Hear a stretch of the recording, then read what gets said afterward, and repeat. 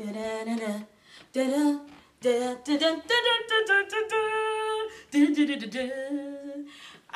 guys, so I had the pleasure of watching The Union on Netflix, starring Halle Berry and Mark Wahlberg.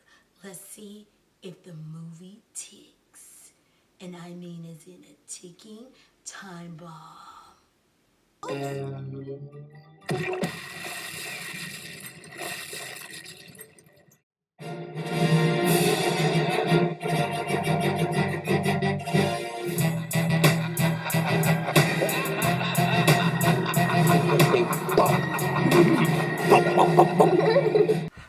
my god, my dreams of a secret agent has finally come true. Funny story. You know, I'll tell y'all this story in a minute. But, guys, I want you to grab your popcorn, drinks, candy, and we're going to review The Union. All right? Welcome to my channel, Film-A-Tic. Pop, pop, pop, pop. And I am here to review films, movie, television, music, anything your heart desires. So the first movie on the docket is The Union, again starring Halle Berry and Mark Wahlberg. Guys, funny story. So I decided one day out the blue, because this happens, that I wanted to be a super agent, right? Like, I wanted to be a secret agent. I want to be a part of the organization. Guys, tell me why I applied for the FBI. I didn't make it, unfortunately. But I tried. I think I would be an excellent secret agent. Like, would you ever suspect me as a secret agent? I'm just saying. I think they lost out on this good Hershey's Kiss, because I would be a phenomenal agent. I'll make sure. Hello, Bob. This is Hershey, Hershie, in the building. I am here at this complex. You know, like, I think I could do it. I could do it, okay? But anywho, so let me jump right into the scenes. The scene starts at a hotel. You have Mike Coulter, the actor, as Nick Faraday. Him and this lady, they're walking in an elevator into a concierge service. You see that there is some type of mission taking place. They're a part of some type of organization. Their mission is to obtain the package. Now, the package is a man, okay? Of course, the package has to be a man.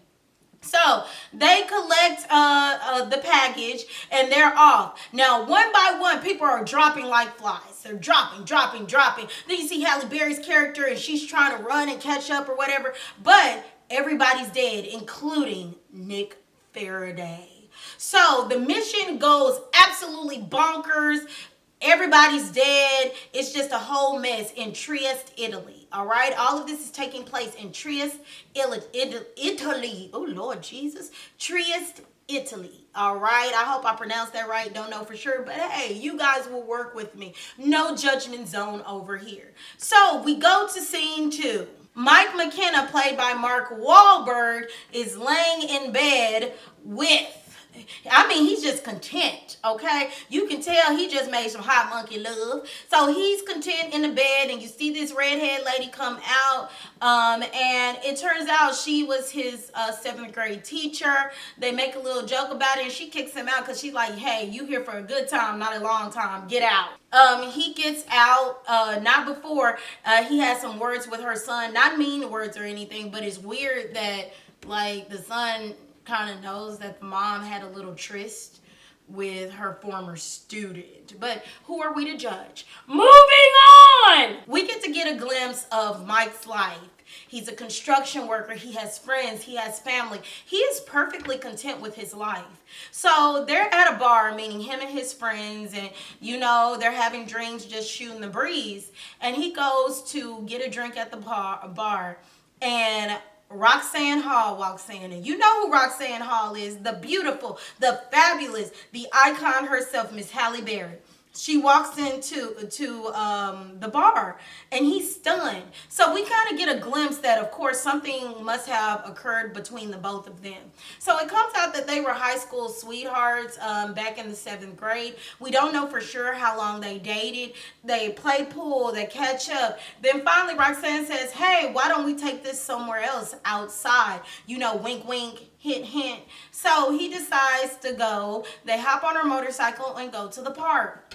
When they go to the park, they're flirting, they're having a great time. He starts playing Jersey Girl, I think that's the name of the song, and they're dancing, having a romantic time. And basically, she lets him know, look, I brought you here for ulterior motives, and she tranquilizes him. And the last scene of it is him rolling down a hill, and he is being collected by people and put in a truck. So, and that's why I say, whenever you see the black killer vans or the white killer vans, you run. That's all I'm saying. By that time, he had already been tranquilized, so there's not much he could do. So in this particular scene, he wakes up in a hotel. He's distraught. He's like, "Where am I? I gotta get to work." He look outside. He know where he's supposed to be. So this fool, he's like, "I need to check with my foreman. If I'm late, he's gonna kill me." And I'm like, "Sir, you are far from where you were. I'm sorry." So she gets dressed, Roxanne, and she goes downstairs with them, and they meet her boss, and who's Tom Brennan. And Tom basically tells Mike, he's going to go over everything with him. They pick up breakfast, and then they go to the tower, which is their organization, their home. He lets him in. They fill him in on everything. And yeah, they start asking him questions, physical fitness tests, things of that nature. Now we see the guy, and I am gonna get his name. I'm gonna put it on the screen because I can't speak his full name, not right now. But he was in The Mummy. Like, it was so good seeing him because I haven't seen him in a while as an actor. So that was great seeing him. And he starts like goading Mike to try to get him to fight, kinda. And he's over the physical fitness part, so he's like, "Look, we can work with him." So they start a 2-week training for Mike. Usually the training is about 6 months, but they do a 2-week training that consisted of practicing driving cars, fighting, mental examinations, all of that great stuff to see if he's ready to get out there and be a super secret agent. All right, so Roxanne gives Mike a ticket and gives him the choice. Either he can, agree to stay on for this mission, or he can go home and there won't be any hard feelings. Mike, of course, decides that he wants to stay and see this through.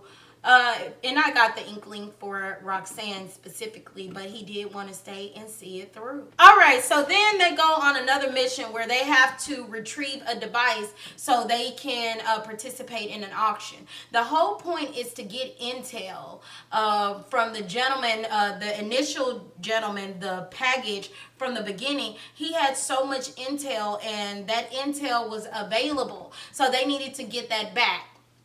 So they decide to go on a mission to get the device. To actually get in the auction, you had to give $5 million, and then you would be given the device. So while Mike is holding this $5 million, a random person walks up to him and tells Mike to follow him. Mike follows him in a pub, goes in the bathroom, and this big guy walks in the bathroom. I kid you not, the first thing that came to my mind was Friday After the Next, where Cat was in the bathroom, and that prisoner guy came in, Terry Crews came in and was trying to take his virginity, if you understand what I'm saying. So, but luckily that wasn't the situation. He came in, told him to put the weapons down. He started counting to 5 million, gave him the device, and he headed out. So when he headed out, there was another group there trying to infiltrate the device. So Mike, idiot, ends up... While he's getting beat by a woman, another agent, Roxanne comes in, saves the day, but Mike done dropped the device in the sink. So they weren't able to get the intel. So at this point, Roxanne's boss, Tom Brennan, is like, "Hey, we need to fire this dude." But Roxanne, it really feels like he would be great for the agency. So Roxanne tries to send him home, but he's like, "No, I want to stay and see this through." And he does stay and sees it through. All right, so Roxanne and Mike, they end up going to a safe house, which is basically a hotel room. And Mike walks out, and he's like, "I'll sleep on the couch." She's like, "You can sleep in the bed." So he got his little tighty whities on. He has some really nice legs. And he gets in the bed. And they started light flirting, talking about, he was like, she snores. She was like, she did. And he said she hogged the covers. He said She said she didn't like that type of thing. It was cute flirting going on back and forth. Like clearly there was love between them. All right, so they decide to come up with a plan that, hey, we need to get a device or we're not going to be able to get into the auction. So a guy who plays the foreman, like his name is Foreman. He's a part of the agency as well. He's like, hey, you think there's a mole or a leak? And Tom Brennan, the boss, is like, no, I trust everybody in this room. Now, let me just say, if we're doing multiple missions and everything is getting sabotaged, I'm going to think there's a leak in the midst of all of this. But what do I know? They didn't want me with the FBI. Yes, I'm still salty. Anyway, so they decide, hey, why don't we just steal another device so we can get to the auction? So that's exactly what they do. They go to this place where there's another device. They end up killing everybody. They get the device. All is well until one of their agents, they were like, Roxanne called and she was like, hey, I got the device, but she didn't hear anything. She went to their van and the young lady who was also part of the organization had been killed, as well as the tower that they worked in. It had been blown to smithereens. So at this point, they still have to proceed with the plan. They get a call from the boss, Tom Brennan. He's still alive. So they meet up at a location. Tom Brennan basically says they still got to do what they have to do with the auction. So Roxanne and Mike go to find the auctioneer. Now, while Foreman is trying to get the location of where the auctioneer is, the CIA shows up. Now, can I just do a side rant? These movies do not make the police department, the CIA, and the FBI look good at all. It always seems like there's some form of corruption or incompetence. Now, I'm not saying that's true, but I am saying that if I was the police department, I would be concerned because it just seems like it's always something shady going on. But what do I know? Just a chick who watches a lot of movies. So as they get the location, they find the auctioneer, they get her, and Roxanne's like, look, you gonna give us the information or you gonna be that B who no longer lives. So the auctioneer takes her back to the house, they get the intel, and there's a knock at the auctioneer's door. Roxanne is like, hey, is there someone you're expecting? She's like, no. And lo and behold, it's Nick Faraday. He's alive. He's alive. Excellent. So Nick walks in. She's like, how are you alive? And he basically said he had to fake his death to get more information because he didn't know how far the rabbit hole went.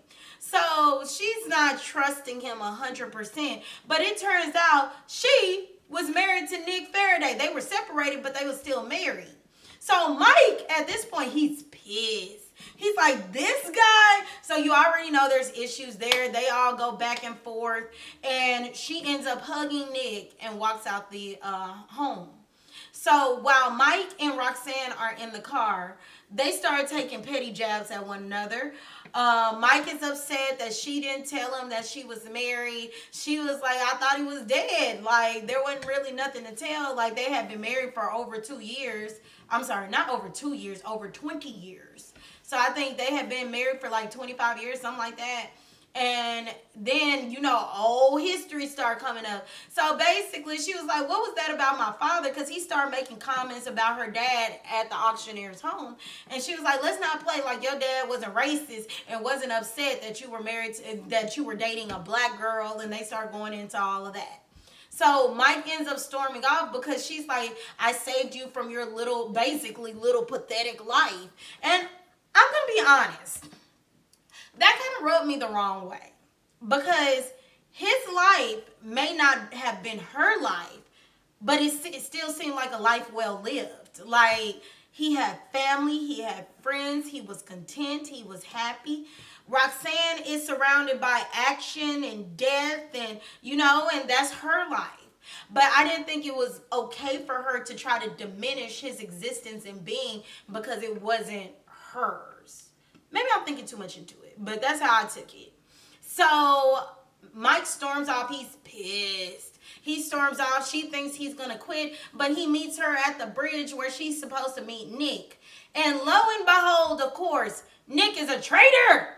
he set all of that up. Like even the Trieste, Italy mission, he planned all of that. He sabotaged it. Every mission that they had, he sabotaged it because he wanted to get his hands on the intel so he can sell it for more money.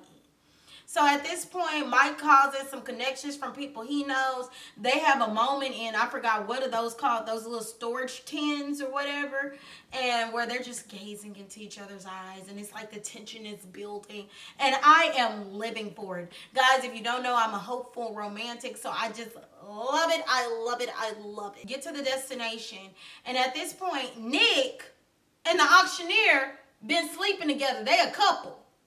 Yeah, you heard me. Nick and the auctioneer, they're a couple. So, as a couple, they decide they're going to sell it together. Now, clearly, the auctioneer has a lot more power because the bodyguards that were around were her bodyguards. When the guy who's supposed to be buying the product, the intel comes, Roxanne shows up, and she basically tells him, look, if you want to sit here, you're going to understand that I want him to be arrested for espionage, treason, and something else I can't remember. So he's like, okay, this concludes our business. I'm about to get up out of here. The dude who came to buy the intel. So Roxanne has Mike come on the motorcycle, take the intel, and speeds off with the intel. Nick is pissed, but the auctioneer basically was like, hey, Nick, this isn't working out. I don't want to be a part of this, so I wish you all the best. Like, she just left him like a $2 hookup. And I'm not mad at it. You better be a girl's girl. I make sure that heifer lived. So she walks away. And somehow Nick gets away. So they're on this high-speed chase trying to get him. And during the high-speed chase, it looked like Mike had flew off a bridge, flew off a hill, excuse me. And he actually didn't. He was okay. But Roxanne looked like she was about to cry because, you know, she didn't want her man to be killed. Like, who does? Who does that? But he was okay. They end up chasing down Nick Faraday, and unfortunately, because he didn't want to put the intel down and he tried to act like he was going to come at Rox ended up killing him. Yeah. So, the movie ended with Mike going to his brother's wedding, and he was the best man and giving a very cute speech. And then Roxanne shows up in her come and get me black dress, and you know Miss Halle Berry can wear a black dress, honey. So she shows up in the black dress, and Roxanne could not help herself. She looked at the 7th grade teacher and she waved, hi. It was so petty, but she couldn't help herself. So Mike started reminiscing, and he was like, hey, you know, when you thought I had drove the car up the hill, I swear you were crying and upset. She was like, no. And he's like, I swear I saw it. And she was like, okay, so what? So he was like, you could have left. And she was like, well, when Faraday had his gun on me, you could have shot me, but you didn't. And he was like, I wouldn't want to do that. I would never want to hurt you in any way. I was like, it's okay. So they decide they want to go to the janitor's closet and, you know, have moments. And Tom Brennan, who's the boss, shows up, and he's like, look, Mike, we want you to be a part of the agency. Y'all got 3 days to make hot monkey love, and then y'all need to come back. They go into the closet, and that's the end of the movie.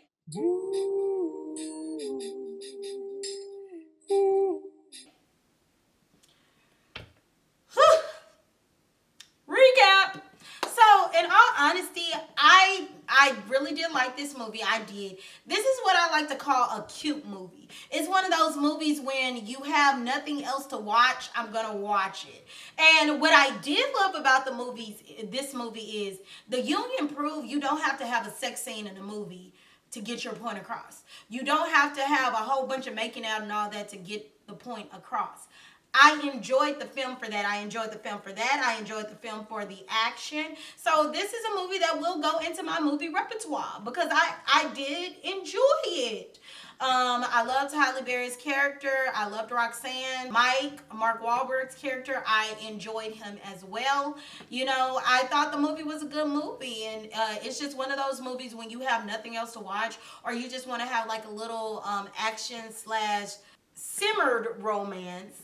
That's a good movie to watch. So for the union, out of 5 stars, I am going to give it a 3.5 because I will definitely be watching again, but I don't think it'll be like the first movie, like, ooh, let me watch The Union. But I think if I just really was bored or I just really wanted to get like a little action fix, I would definitely watch this movie. So I hope you guys enjoyed the recap because I did enjoy the film. Again, if you want to watch The Union, it is on Netflix, okay? It's been #1 for a couple of weeks. So don't hesitate to watch that. Again, if you want to follow me on my personal Instagram where I will be showing my weight loss progress, please let me know. Go ahead and subscribe. And my Instagram will be on the screen. So I wish you guys all the best, many blessings, positive attitude, and until next time, moviegoers.